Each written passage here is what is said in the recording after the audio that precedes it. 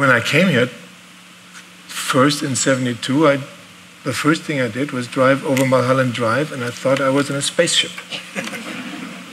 On the left, to the horizon, there was Los Angeles. On the right, to the horizon, there was the valley, and I was in the middle, and I knew that was the top of the world.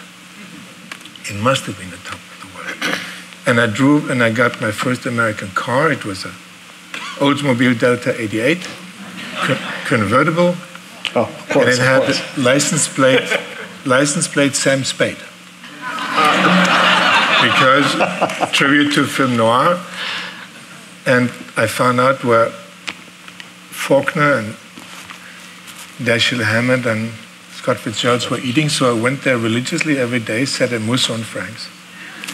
So that was my introduction to LA. And then I got married here and all this stuff, and I made movies here. And the thing was, and that's what I was going to come to, it was all fantastic, and I loved it. And then every now and then I would go back to see my parents, and once I was out of LA, I could not believe that I had lived there the way I had lived there. You go back to Germany, and you don't want to even talk about it because it's completely unbelievable. I mean, it's not in your wildest dreams you would imagine what you do while you live in Los Angeles.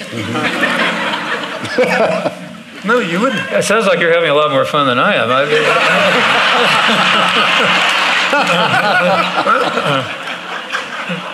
And then you'd come back here, and you would forget about the rest of the world. You'd be on this planet here, and the rest of the world was blanked out, and you would be happy this way.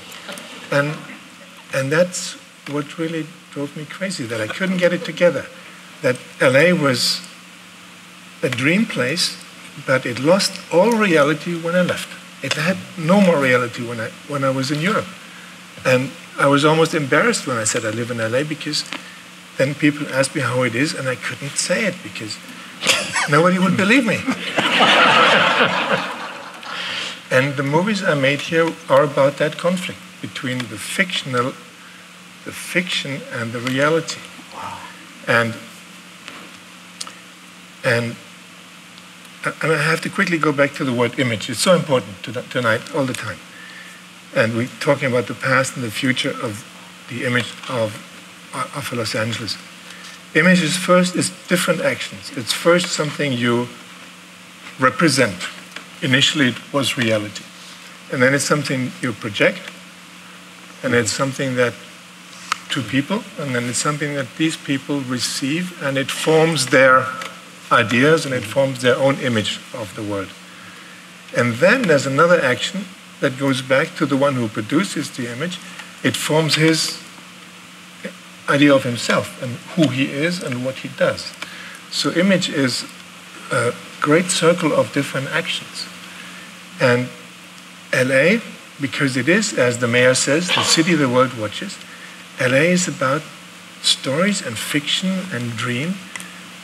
But because it's a circuit, it's also formed by this fiction and formed by these dreams. You cannot just produce them, you are also affected by them. And you affect the world, of course. LA has an incredible effect on the culture of this planet, more like any other city in the world.